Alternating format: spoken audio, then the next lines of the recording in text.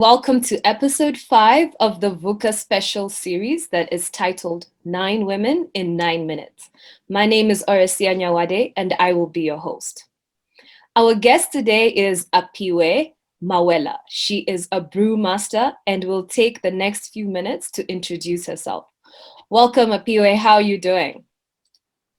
I'm good, thanks. How are you? Thanks so much for having me. I'm so happy to have you here. You know, when I first met you and you said you're a brewmaster, I have never, ever met even a male brewmaster. So I'm honored to have you on.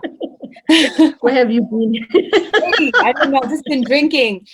I don't really care what's happening on the back end. But Apiwe, can you please take some minutes to tell us like what you do, what does that entail, and who do you do it for? Okay. My name is Apiwe Nxusani-Mawela. I am based in Johannesburg, South Africa, originally from the Eastern Cape. I am a brewmaster by profession. I own a brewery called Brewsters Craft, and I also own a brand called Dologazi Beer. So briefly, the journey started a few years ago when I was just a student, studied microbiology, worked for SAP for about 8-9 years, then left corporate to start my own brewery. It's been a fascinating, interesting journey as one of the first few black female in the industry. It's been such an interesting journey. And we actually were first female brewer in the first female black person to actually open a brewery in South Africa. So it has been an interesting journey and continues to be one. That's very impressive. I don't even know who is going to be a first anything. I think that is just impressive in and of itself. So, beer making. Now that's like a new one. I think for most of our listeners, they're probably in the same shoes as me, where they just do the end consumption and don't realize what goes in to the actual production of it. So, what are your thoughts on career diversity and accessibility? So, should careers be exclusive based on gender? Yeah, unfortunately, if you look at my industry specifically, it is very much white male dominated. And obviously in recent years, starting having a lot of female brewers getting into the industry.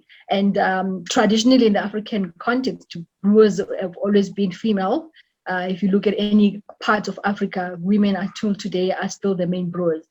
So it's about actually, for me, it's about us as female brewers reclaiming our space in the industry.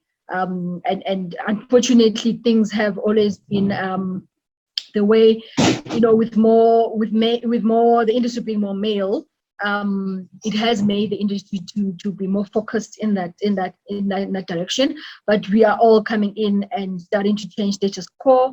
What I do like about sharing my story is also making sure that more females know about this career type and more females are actually able to join and participate in the industry.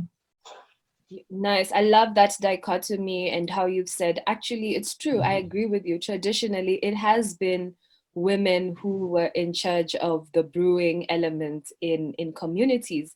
It's just that for some reason, when it comes to more corporate and more scaling, then as you said, it's white male dominated.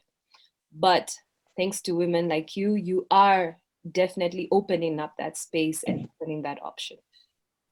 So Apiwe, what interventions can be put in place to ensure that young women are exposed to well-rounded and diverse career options? So not just brewing, but anything else that they might feel they don't have access to. What interventions do you feel can be put in place? I think those of us who have, I'll put it in inverted commas, made it and have been able to crack open those doors, those windows. I think it's up to us in any industry, any woman who has made it or making it. It's up to us to make sure that we open up the path for those who are coming after us, and we continue talking about it. We continue sharing our journey so that the young girls grow up knowing, having someone that they look up to and can put reference to. So it is one of the biggest interventions for me is us, those of us who are in the different spheres, in the different industries. We need to get the young ones excited and interested, and more importantly, aware of the different career options. Yes, I love that you're saying it's actually up to the women who have broken those ceilings, and how diversity and visibility is going to help other women coming behind us to see that it's possible just by Yeah. being, just by talking about it, and just by showing up.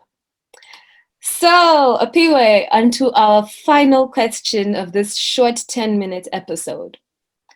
What advice or wisdom would you give to your 19-year-old self? My 19-year-old self, I was obviously I didn't know I would end up being where I am today. Life was a very much a mystery. But if I was to give myself an advice, I would probably tell myself, you know what, don't take it easy, don't be scared. You got this. There's so much coming your way. You just need to be focused.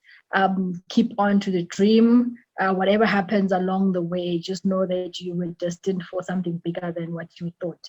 So it has been an interesting journey, and I wouldn't have it otherwise, with all its troubles and tribulations and everything else that happened along the way. It has been quite an interesting one.